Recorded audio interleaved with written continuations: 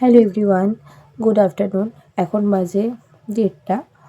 তো তোমাদের সঙ্গে কিছু কথা শেয়ার করতে আসলাম, কিছু কথা বলতে আসলাম। তো এতদিন যাবৎ আমার ভিডিওটা দেওয়া বন্ধ ছিল চ্যানেলে। আমি ভিডিওটা দিইনি, বেশ কিছুদিন পর পর ভিডিও আপলোড করেছিলাম, তারপর আর ভিডিও দেওয়া হয়নি। কারণ মনটা ঠিক ভালো ছিল না। মানে প্রথমে অন্য কারণ ছিল, তারপরে অন্য একটা কারণ। তো প্রথমে ভিডিও দিইনি কারণ চ্যানেলে ভিউজ হচ্ছে না, সাবস্ক্রাইবার নেই কোনো, লাইক করছো না কেউ ভিডিওটা, মানে হয়তো তোমরা পছন্দ করছো না, জানি না। তো ওই জন্য আমি ভিডিওটা দিচ্ছিলাম না, সেই কথা ভেবে দিচ্ছিলাম না যে না কোনো সাবস্ক্রাইবার নেই, কেউ চ্যানেলটাকে সাবস্ক্রাইব করছে না, কোনো ভিউজ হচ্ছে না, কেউ লাইক করছে না, কোনো কমেন্ট করছে না কিরকম ধরনের কী ভিডিও দেবো বা কী করবো। সেই জন্য আমি ভিডিওটা বন্ধ রেখেছিলাম। তাও ভেবেছিলাম ঠিক আছে, বছরের প্রথমে 2025 পড়ুক, 1 জানুয়ারি থেকে আমি ভিডিও স্টার্ট করব। তো 1 জানুয়ারি থেকে ভিডিও স্টার্ট করব ভেবে, তো 1 জানুয়ারিতে ঘটে যায় একটা মানে ঘটনা। তো তোমরা ভিডিওটা যে দেখছো, আমার ভিডিওটা ভালো লাগলে চ্যানেলটাকে সাবস্ক্রাইব করে দিও এবং ভিডিওটা ভালো লাগলে লাইক করো বা কমেন্ট করো। কেউ কোনো খারাপ কমেন্ট করো না, পারলে ভালো কমেন্ট করো, ঠিক আছে? তো চ্যানেলটাকে প্লিজ সাবস্ক্রাইব করে দিও। তো 1 জানুয়ারি থেকে ভেবেছিলাম, যেটা বলছিলাম, যে ভিডিও আপলোড করব, তো যেই কারণে হয়নি। 1 জানুয়ারিতে আমরা গেছিলাম করুণাময়ীর, মানে আমাদের এখানে আমডাঙ্গায় করুণাময়ী, মানে মা করুণাময়ী আছে, ওই করুণাময়ীর মন্দিরে পুজো দিতে গিয়েছিলাম। তা শুধু এই বছর প্রথম ফার্স্ট তা না, প্রত্যেক বছরই আমরা যাই। মানে আজকে প্রায় 10-12 বছর ধরে, 10-11 বছর, 12 বছর হবে কি না ঠিক, হ্যাঁ 11-12 বছর তো যাচ্ছি, 10-11 বছর যাচ্ছি। কারণ অ্যাকচুয়ালি মেনলি এই পুজোটা দিতে যেত আমার হাজব্যান্ড। প্রত্যেকবার আমার হাজব্যান্ড মা করুণাময়ীকে পুজো দিয়ে বছরের প্রথম স্টার্ট করে বছরটাকে। তো এবার আমার বিয়ের অনেক আগে থেকেই আমার হাজব্যান্ডের সাথে আমার সম্পর্ক। তো সেই জন্য আমার হাজব্যান্ডের সঙ্গে আমি যেতাম এবং আমার মাদের, মানে আমার বাবার ছুটি থাকলে আমার বাবারাও যেত। তো বাবা মা আমরা একসঙ্গে যেতাম। তো বিয়ের পরেও আমরা এরকম যেতাম পুজো দিতে। বাবার এই বছরও ছুটি ছিল 1 জানুয়ারিতে। তো বাবাকে বললাম যে চলো, এর আগের বছরও ছুটি ছিল, এর আগের বছরও গেছিলো আমাদের সঙ্গে। আর এই বছরও বাবাকে বললাম যে চলো ঘুরে আসবে, বাড়িতে বসে থেকে কী করবে, চলো ঘুরে আসবে, চলো ঠাকুরকে পুজো দেবে দেখো। তা আমার বর বললো যে না চলো ঠাকুরকে পুজো দেবে, চলো বছরটা ভালোই যাবে। আগের বছরও তো পুজো দিয়েই বছরটা স্টার্ট করেছিলে, তা বছরটা ভালোই গেছিলো। তো এই বছরও ঠাকুরকে, মাকে পুজো দাও, দেখো বছরটা ভালোই যাবে। তো এই বলে বাবার যাওয়ার ইচ্ছা ছিল না, কি ছিল যে বলতে পারবো না। তো গিয়ে গেলাম, ভালো ঠাকুরকে পুজো দিলাম, খুব ভালো। বা ঠাকুরকে এত ভালো পুজো দিয়েছি, প্রত্যেকবারই ভালো, ওখানে পুজোটা খুব ভালো করে দেওয়া হয়। যে অন্য জায়গায় যেরকম যে ফুলের ডালাটা নিলাম, ঠাকুরকে দুটো ফুল ছুঁড়ে দিলাম, দুটো ফুল এক খাবলা দিয়ে নিলাম, একটু নাম গোত্র বললাম, হয়ে গেল পুজো। আর ওখানে বেশ মানে পুজোটা এত ভালো করে দেওয়া হয়, বসে অঞ্জলি দেওয়া থেকে শুরু করে, মানে ঠাকুরকে প্রণাম করা থেকে শুরু করে, মানে পুজোটা তোমার একে একে পুজো নেওয়া থেকে শুরু করে, ঠাকুরকে মালা তুমি যে মালাটা ঠাকুরকে দেবে সেই মালাটা ধরে তোমার সামনে পরিয়ে দেওয়া থেকে শুরু করে, নাম গোত্র একটা লিস্ট করে মানে পুজো দেওয়া, মানে পুজোটা খুব ভালো। এবং মায়ের সামনে বসে পুজোটা খুব ভালো, মন থেকে শান্তি করে খুব ভালো পুজো দিয়েছি। সবটুকুই ভালো কাটলো, যে গেলাম ভালো, মাকে পুজো দিলাম ভালো, ঘুরলাম ভালো, টুকটাক খাওয়া দাওয়া করলাম ভালো। এবং আমার বাবা বলছিল যে অনেকটা রাত্রি হয়ে যাচ্ছে, এদিকে রাস্তাঘাট তো ফাঁকা, চলো বেরিয়ে চলো। দাঁড়াও না, আর কি আসবো, চলো একটু মেলাটা ঘুরে নিই, চলো একটু মেলাটা ঘুরে আর একটু দেখি। যাই হোক বলতে বলতে একটা রাত্রি হয়ে যায়, তা অনেকটা রাত্রি হয়ে যাওয়ার কারণে এবার রাস্তাঘাট অন্ধকার হয়ে যায়। আর ওদিকে রাস্তাঘাটটা না খুব ফাঁকা, খুব ফাঁকা। তো এবং মানে আমার বাবা মা একটা বাইকে ছিল, আর আমি, আমার হাজব্যান্ড আর আমার মেয়ে একটা বাইকে ছিলাম। তো একই সঙ্গে আমরা আসছিলাম, একই সঙ্গে বলতে কি আমাদের গাড়িটা আগে, আমার মাদের গাড়িটা একটু পেছনে, মানে আগে পেছন, মানে আগো পেছো করেই যাচ্ছিলাম। এবার একটা বড় গাড়ি চলে আসার জন্য মানে গাড়িটাকে তো সাইড দিয়ে পাস করতে দিতে হবে, সেই জন্য আমরা একটু এগিয়ে গেলাম, আমার মারা একটু পিছিয়ে গেল। এবার সেই আগো আর পিছন মাঝখানে ঘটে যায় ঘটনাটা। তো আমরা এগিয়ে যাওয়ার কারণে বা বড় গাড়িটা যখন পাস করে চলে যাওয়ার সঙ্গে সঙ্গে, মানে গাড়িটা তো আমাদের বাইকগুলোও তো স্পিডে ছিল চলছিল যেরকম, এবার যখন পাস করে চলে যাওয়ার পরেই একটা শিয়াল কোথা থেকে মানে রাস্তার অপোজিট সাইড থেকে চলে আসে আমার বাবার গাড়ির সামনে। বাবার গাড়ির সামনে চলে আসার পরে তো মানে শিয়ালটার জন্য অ্যাক্সিডেন্ট হলো, মানে বাবা মা তো বীভৎসভাবে পড়ে গেছে, মানে বাবার হাত একেবারে সেই মানে এখান থেকে শুরু করে মানে এখান থেকে পুরোটা মানে একেবারে মানে একদম পুরো চামড়া উঠে পুরো মাংস বেরিয়ে গেছে। সে একটা বিভৎস মানে একটা অ্যাক্সিডেন্ট হয়েছে।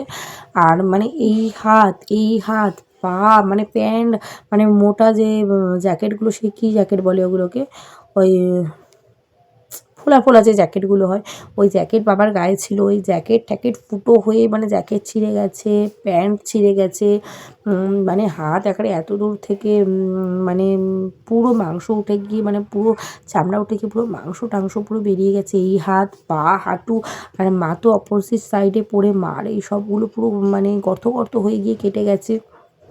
মাথায় লেগেছে, মা মানে পড়েছে তো রাস্তায়, মাথায় লেগেছে, মাথা পুরো এখান থেকে ফুলে গিয়ে চোখের চলা থেকে ফুলে গিয়ে মানে সে বীভৎস অবস্থা। মানে আমাদের গাড়িটা এগিয়ে গেছে, মানে আমি পেছন ফিরে একটা দেখলাম, দেখে মানে বলে না যখন হয় একটা কিরম মানুষের হয়ে যায় একটা গাড়ি মানে মানে হেডলাইট একটা দেখতে পেলাম। এবার আমি আমার বরকে বলছি পড়ে গেছে। তো আমার বর ভাবছে হয়তো না আমার হাতে একটা ব্যাগ ছিল, তো আমার বর ভাবছে যে ব্যাগটা হয়তো পড়ে গেছে। আমার বর বলছে তারপর আমি বলছি দাঁড়াও গাড়ি দাঁড় করো। আপনার আমার মা তার মধ্যে চিৎকার করে উঠেছে, মানে আমার বরের নাম ধরে চিৎকার করে উঠেছে, পাপা এই বলে চিৎকার করে উঠেছে। এবার আমি তখন দাঁড়াও মারা বাবা পড়ে গেছে বলে মানে কোনো রকমে আমি রানিং গাড়ি থেকে, আমার বর গাড়ি দাঁড় করাবে কি, আমি রানিং গাড়ি থেকে নেমে পড়েছি। এবার আমি নেমে পড়ে মানে চিন্তা হলো যে মানে নেমে পড়ে হঠাৎ করে খেয়াল হলো যে ও বসে আছে, তো এবার আমি নেমে পড়লে তো মানে ও সেরকমভাবে তো ও পড়ে যাবে। তারপরে আমি গাড়িটা দাঁড় করিয়ে কোনো রকমে ওকে নামিয়ে নিয়ে গেলাম, গিয়ে তো দেখছি মানে বীভৎস অবস্থা, মানে বাবা পুরো রক্ত ঠক্ত বেরিয়ে সে একাকার হয়েছে। সে ওখানে দুটো বাইকে করে আরও 6টা মনে হয় ছেলেরা যাচ্ছিল, তারা তুলেছে, তো আমরা যেতে তুলে ইয়ে করে গাড়িটা পড়েছিল। এইবার এও তো কি কান্না যে ও তো কোনো দিন অ্যাক্সিডেন্ট দেখেনি, অ্যাক্সিডেন্ট কী জিনিস ও জানেই না, মানে ও নিজের একটা কেটে গেলে একটা এইটুকুনি কেটে গেলেই ও মানে সেটা নিয়ে এত প্যানিক করে যে কী হয়েছে কী করে হলো হ্যান না ত্যান। এবার ও তো জীবনে করে ও তো কেঁদে মানে সে একাকার করছে যে আমি এগুলো কোনো দিন দেখতে পাইনি, দাদুভাই প্যান্ট ছিঁড়ে গেছে, দাদুভাই হাত থেকে রক্ত বেরোচ্ছে, আমি আর দেখতে পাচ্ছি না, আমি আর সহ্য করতে পারছি না, মানে ও এক বীভৎস কান্না কাঁদছে। সেই রকম হয়ে কোনো রকমে ওখানে একটা ডাক্তারখানা ছিল, ওখান থেকে ডাক্তারখানা থেকে একটা ফার্স্ট এড করে মানে কোনো রকম একটা টোটো ধরে ওষুধপত্র নিয়ে তারপরে আবার আমাদের এখান থেকে ওষুধপত্র নিয়ে ডাক্তার ইয়ে করে বাড়ি আসলাম। সেই বাবাকে দেখে মানে কি বলবো, মানে এত খারাপ লাগছিল যে মানে এখনও পর্যন্ত বাবার ঠিকঠাক মানে কি বলবো বুঝতে পারছি না। ওসব মানে এই অ্যাক্সিডেন্টের কথা মানে হলেই না মানে মানুষের কীরকম একটা হয়ে যায়। মানে ওই রাস্তায় না আমার বাবার এর আগেও একবার অ্যাক্সিডেন্ট হয়েছিলো, মানে ভীষণ বড় একটা অ্যাক্সিডেন্ট হয়েছিল। মানে ওই রাস্তাটা একদম ভালো না, ওই রাস্তাটা হচ্ছে প্রচুর অ্যাক্সিডেন্ট হয়। আমাদের এই রিসেন্ট 1 জানুয়ারির আগে মানে বাইক কিনে দুজন পুজো দিতে যাচ্ছিলো, মানে এমনভাবে অ্যাক্সিডেন্ট হয় মানে মাঝখান থেকে ফেটে গিয়ে মাথার মানে কি বলবো মানে মাথার ঘিলু বেরিয়ে গেছিলো, মানে বীভৎস অবস্থা। মানে ওই রাস্তাটা না অ্যাকচুয়ালি সত্যি ভালো না, মানে এত অ্যাক্সিডেন্ট হয় না। আদেও শিয়াল ওটা ছিল না, কোনো বলে না যে কোনো রূপ ধরে কেউ আসে বা কিছু মানুষের। ওখান থেকে পরে যখন আমরা আমার বাবার বাইকটা ওখানে একজনের বাড়িতে রেখে এসেছিলাম, যখন আমার হাজব্যান্ড নিতে যায় তখন ওরাই বলে যে এরকম এই রাস্তার দুটো মোড় খুব খারাপ, তো দুটো মোড়েই আমাদের অ্যাক্সিডেন্ট হলো। এখন মানে এইবার এই মোড়টাই হলো, তার আগে মানে আরেকটা মানে ওখানে বলে নাকি পুরনো কব্রস্থান ছিল, তো সেখান দিয়ে যাতায়াত করে। এবারে আগের বারেও এরকম হয়েছে কি, এইবার যেরকম শিয়াল এসেছিলো, এর আগের বারে দেখেছিলো কি আমার আবার দুটো বাচ্চা রাস্তা পার হচ্ছে, সেটা কিন্তু এটা যখন রাত্রিবেলা, হয়তো অনেকে বলবে হয়তো রাত্রিবেলার জন্য শিয়াল এসেছিলো, কিন্তু তখনও ছিল কিন্তু দিনের বেলা বলতে প্রায় দুপুরবেলাও না, মানে বেলা হয়তো 12টা 1টা এরকম হবে হয়তো, হ্যাঁ কি এত বেলা হয়েছে কিনা সেটাও ওই 11টা 12টা এরকম হবে। তখন কিন্তু দিনের বেলা ছিল, তখন দেখছে আমার বাবা দুটো বাচ্চা যাচ্ছে, দুটো বাচ্চাকে দেখে মানে বাবা গাড়িটা আস্তে করতে যেন বাবা বলছে, মানে পরে বাবার মুখ থেকে শুনি যেন মনে হচ্ছে বাবার গাড়িটাকে টেনে সামনের দিকে নিয়ে চলে গেল। এই হয়েছে ব্যাপার। মানে রাস্তাগুলো হচ্ছে ওখানে মানে ভীষণ মানে খারাপ জায়গাগুলো বলে না, সেই খারাপ জায়গা। যাই হোক, মানে দুবারই আমরা সেই খারাপ জায়গা থেকে বেরিয়ে, হ্যাঁ অ্যাক্সিডেন্ট হয়েছে, তখনও মানে বীভৎস অ্যাক্সিডেন্ট হয়েছিল। মানে এত বড় অ্যাক্সিডেন্ট হয়েছিল, মানে গাড়িটার কিচ্ছু ছিল না, এত বড় অ্যাক্সিডেন্ট হয়েছিল, গাড়িটার কিচ্ছু ছিল। আর চারিপাশে লোকজন জড়ো হয়ে মানে সবাই, মানে যখন আমরা 4-5 দিন পরে যখন আমরা গাড়িটা আনতে গেছিলাম, তখন আমি মায়ের সঙ্গে ছিলাম, তখন আমার বিয়ে হয়েছিল না। তখন সবাই বলছিল মানে ছেলেটা ভালো আছে তো আদেও, মানে কি বলবো বুঝতেই পারছো, ঠিকঠাক আছে তো। তা তখন তো বিভৎস হয়েছিল, মানে এইবারও তো মানে এইবারও তো হয়েছে, মানে মানে কি বলবো, কিছু ইয়ে নেই।